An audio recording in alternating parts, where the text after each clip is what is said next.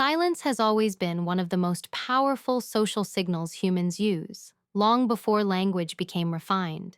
When someone ignores you, withdraws attention, delays responses, or suddenly becomes emotionally unavailable, it activates a primal part of the brain that associates connection with survival. The nervous system reads neglect as threat, not because you are weak, but because you are wired for attachment. Understanding this is the first step to reclaiming power.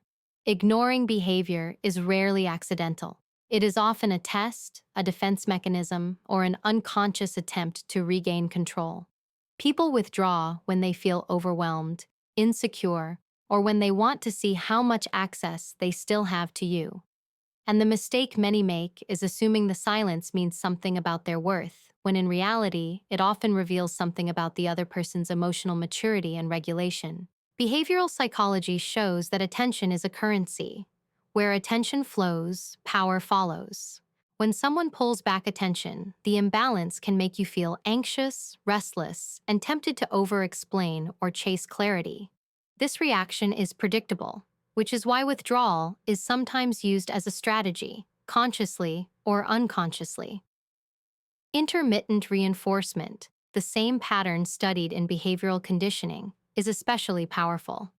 When affection is inconsistent, the brain becomes hyper-focused on regaining it. This is not romance, it is neurological conditioning. Recognizing this pattern doesn't make you cold or calculating, it makes you aware. Awareness is what allows you to stop reacting automatically and start responding intentionally. Many people confuse being ignored with being rejected, but they are not the same. Rejection is direct and final. Ignoring is ambiguous. Ambiguity creates obsession. The mind fills the silence with self-blame, imagined scenarios, and emotional labor the other person is not doing. And here is the quiet truth. Emotionally healthy people do not use neglect to communicate. They speak, clarify, or create respectful distance. Ignoring is often a sign of emotional avoidance, not strength. When you internalize this, something shifts. You stop shrinking. You stop scrambling for reassurance. You begin to see the behavior for what it is, a signal of where the other person is, not a verdict on who you are. There is also an unspoken cultural conditioning, especially for women, to smooth things over, to maintain connection at any cost, to be understanding even when it costs self-respect. This conditioning trains you to abandon yourself the moment someone pulls away. But emotional intelligence is not about endless empathy without boundaries. It is about discernment. You can understand someone's behavior without excusing it. You can acknowledge their silence without chasing it. Power does not come from demanding attention. It comes from knowing you are not diminished by its absence. Psychologically, people often ignore others to regulate their own discomfort. Silence becomes a shield. Instead of expressing confusion, fear, or loss of interest, they disappear. This avoidance temporarily relieves them, but it transfers emotional weight onto you. If you carry that weight without awareness, you become the one doing all the emotional work. When you notice this dynamic, you stop personalizing it. You stop asking, "What did I do wrong?" and start asking, "What is this behavior telling me about the dynamic?" That question alone restores agency. Another overlooked truth is that not all ignoring is manipulation, but all ignoring creates information. Information about priorities, capacity, and respect. Someone who values you does not leave you in prolonged uncertainty. They may need space, but they communicate it. They may need time, but they acknowledge you. Silence without context is not mystery. It is data. And emotionally grounded people know how to read data without dramatizing it.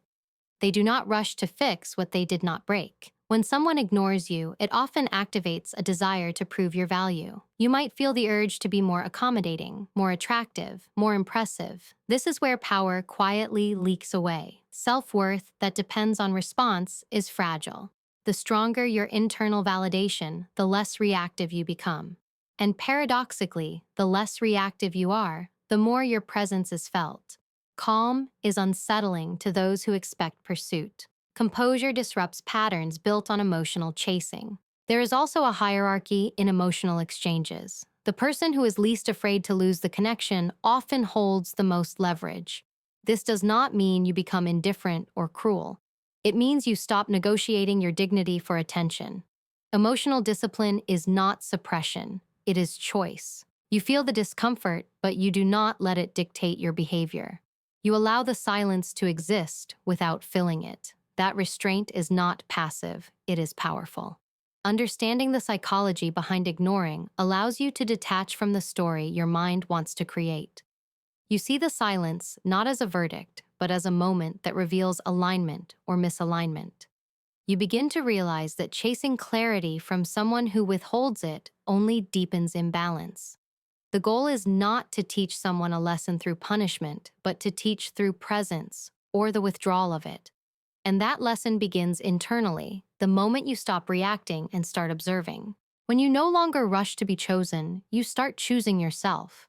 This is where the dynamic quietly shifts, not through confrontation, not through emotional speeches, but through grounded stillness. People feel when they no longer have effortless access to your emotional energy. They sense when you are no longer performing for validation. This is not manipulation. It is self-respect becoming visible. And visible self-respect changes how others treat you, often without a single word being spoken. This is the foundation. Before any external response, before distance or boundaries, there must be internal clarity. You must understand what ignoring does to the nervous system, why it feels so destabilizing, and how awareness interrupts the cycle. When you master this, you no longer fear silence. You let it speak. And in that space, you begin to reclaim your center, your calm, and your quiet authority. When the noise of reaction settles, what remains is the relationship you have with yourself. This is where power either stabilizes or collapses. Strengthening internal validation is not about repeating affirmations or pretending you are unaffected. It is about learning to regulate your emotional world without outsourcing your worth. Emotional discipline begins with allowing the feeling without obeying it. You notice the urge to check your phone, to reread old messages, to search for signs, and instead of judging yourself, you pause. That pause is where maturity lives. Every time you resist acting on impulse, you train your nervous system to trust you. Over time, this trust becomes steadiness, and steadiness becomes presence. Presence is magnetic because it is rare in a world driven by emotional reflex. Internal validation means you no longer wait for someone's attention to confirm your value. You stop using response time, tone, or availability as measurements of your desirability. This does not make you detached, it makes you anchored. Anchored people still feel deeply, but they are not swept away by fluctuations in others' behavior. They understand that moods change, capacity changes, and sometimes interest changes, but none of that defines their essence. When you hold yourself with this clarity, ignoring no longer feels like abandonment. It feels like information that you can calmly assess. The mind often confuses urgency with importance. When someone ignores you, urgency spikes, and the mind insists you must act now or lose something forever. This is a distortion. Most emotionally intelligent responses are slow, not rushed. Slowness allows your prefrontal cortex to come back online, restoring logic, perspective, and self-command. You realize that silence does not demand immediate correction. You begin to see that doing nothing is sometimes the most self-respecting action available. In that stillness, your emotional world reorganizes itself around you, not around someone else's unpredictability. Self-worth that is stable does not require announcement. You do not need to explain why you deserve consistency. You simply live as if you do. This shifts how you interpret behavior. Instead of asking, "How do I get his attention back?" you begin asking, "Is this dynamic aligned with the way I choose to be treated?" That question is transformative. It moves you from performance to discernment. Discernment is quiet, feminine strength in its most grounded form. It does not argue. It observes, decides, and acts in alignment with self-respect. Emotional control is often misunderstood as emotional suppression. In reality, it is emotional literacy. You learn to name what you are feeling without dramatizing it. Disappointment becomes disappointment, not rejection. Curiosity becomes curiosity, not anxiety. You stop layering meaning onto behavior that has not been clarified. This prevents emotional spirals that drain your energy and distort your perception. When you regulate yourself, you stop feeding the dynamic that thrives on reaction. And dynamics that are no longer fed either transform or dissolve. There is an elegance in not reacting immediately. It signals confidence without aggression. When someone expects you to chase, explain, or emotionally compensate, and you instead remain calm, something subtle occurs. The power balance recalibrates, not because you are playing a game, but because you are no longer available for imbalance. Your emotional availability becomes selective, not automatic.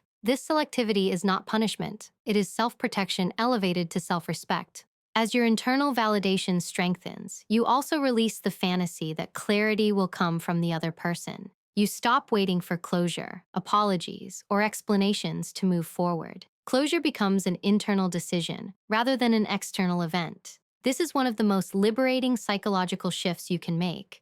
When you stop seeking permission to feel settled, you reclaim enormous emotional energy. That energy returns to your body as calm, to your voice as steadiness, and to your presence as quiet authority. You also begin to notice how much of your previous effort was about managing someone else's emotions. When you step back, you realize that overgiving, over-understanding, and over-accommodating were ways to maintain connection at your expense. Emotional maturity asks you to tolerate discomfort without self-betrayal. It asks you to sit with unanswered questions without turning them into self-criticism. This tolerance builds resilience. Resilience makes you unshakable. Unshakable people are deeply attractive, not because they demand attention, but because they do not collapse without it. Another important shift occurs when you stop narrating your inner world to someone who is not present. You no longer send messages explaining your feelings to fill the silence. You respect your emotions too much to offer them to someone who is unavailable. This restraint is not coldness, it is self-honoring. You learn that vulnerability is sacred, not something to be poured into emotional voids. When you protect your inner world, you elevate your value without ever having to say so. Over time, emotional discipline changes how you move through silence. Silence no longer feels like a threat. It feels like space. Space allows clarity. Clarity reveals whether the connection was mutual or one-sided. And if it was one-sided, you do not collapse in grief. You experience relief. Relief that you no longer have to perform, wait, or wonder. Relief that your energy is returning to you. This is not detachment. It is alignment.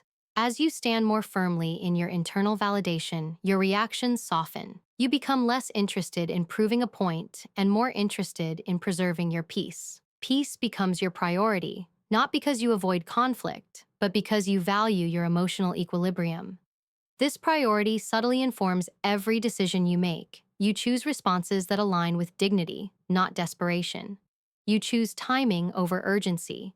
You choose silence over explanation when explanation would cost you self-respect. This is the moment where the lesson truly begins to form. Not a lesson delivered through words, but one demonstrated through behavior. You are no longer emotionally accessible in the same way. Your energy feels different, calmer, more contained, more intentional. And people respond to that shift instinctively. They may not consciously understand it, but they feel it. This is the foundation for responding with composure and distance, not as a tactic, but as a natural extension of who you have become. When composure becomes your default, distance no longer feels like loss. It feels like alignment. You stop measuring closeness by frequency and start measuring it by quality and consistency. This is where responding changes shape. You are no longer reacting to being ignored. You are responding to what the behavior reveals. Composure is not silence as punishment, but silence as self-respect. You allow space to exist without rushing to fill it, and in doing so, you communicate a powerful unspoken message. Access to you is earned through presence, not assumed through history. Distance, when chosen consciously, resets power dynamics without confrontation. You do not announce it, justify it, or dramatize it. You simply adjust. Your availability becomes intentional. Your responses are warm but unforced, brief but grounded. You are no longer trying to extract certainty from someone who offers ambiguity. This shift often surprises those who relied on your emotional consistency while offering inconsistency in return. They begin to feel the absence of your emotional labor, and absence clarifies value more effectively than explanation ever could. There is a profound psychological effect when you stop over-communicating. Over-communication is often a bid for reassurance. When you release that need, your words carry more weight because they are no longer saturated with urgency. You speak when there is something meaningful to say, not when silence makes you uncomfortable. This changes how you are perceived. Calm brevity signals confidence. Emotional restraint signals self-trust. And self-trust is quietly commanding. It does not chase, it attracts clarity. You also begin to recognize that not every dynamic needs to be repaired. Some need to be outgrown. When someone ignores you and you respond with grounded distance rather than pursuit, you give the relationship space to either recalibrate or reveal its limits. If it recalibrates, it does so on healthier terms. If it dissolves, it does so without chaos. Either outcome protects your dignity. This is the essence of feminine strength rooted in self-mastery. You do not force outcomes. You allow truth to surface. Quiet strength is deeply unsettling to people who rely on emotional reactions to feel relevant. When you no longer argue, chase, or seek validation, you remove the fuel from dysfunctional dynamics. This does not make you invisible, it makes you sovereign. You become someone whose energy is felt precisely because it is no longer scattered. You are present, but not available to be mishandled. This boundary is not rigid, it is discerning, and discernment is one of the highest forms of self-respect. At this stage, your sense of worth is no longer reactive. It does not spike when you are wanted or dip when you are ignored. It remains steady. This steadiness changes how others approach you. People either rise to meet your standard or quietly fall away. Both outcomes serve you. You stop fearing loss because you understand that what aligns with you cannot be lost through composure. Only what depended on imbalance disappears. Responding with self-respect also means releasing the need to teach through words. You do not explain why ignoring you is unacceptable. You live in a way that makes it unsustainable. Your boundaries are expressed through consistency, not ultimatums. When someone feels the shift, they often recalibrate on their own. If they do not, you do not collapse into explanation. You simply continue honoring yourself. This is how lessons land without being forced. There is also a deep peace in realizing that you do not need to win power struggles to be powerful. Power rooted in ego is loud and exhausting. Power rooted in self-respect is quiet and enduring. When you no longer compete for attention, attention either returns organically or becomes irrelevant. Both outcomes confirm your growth. You are no longer trying to be chosen. You are choosing alignment, calm, and reciprocity. As you embody this composure, you become less emotionally accessible to inconsistency. This is not emotional withdrawal. It is emotional maturity. You remain open, but not porous. You care, but you do not cling. You listen, but you do not overinvest. This balance is what resets dynamics naturally. People feel when they can no longer access you through neglect or silence, and that realization often changes behavior faster than confrontation ever could. In the end, teaching someone the price of ignoring you is not about punishment or pride. It is about self-honoring behavior becoming non-negotiable. The price is not anger, arguments, or emotional speeches. The price is access to your warmth, your presence, and your emotional investment. And that price is never announced. It is simply enforced through how you live.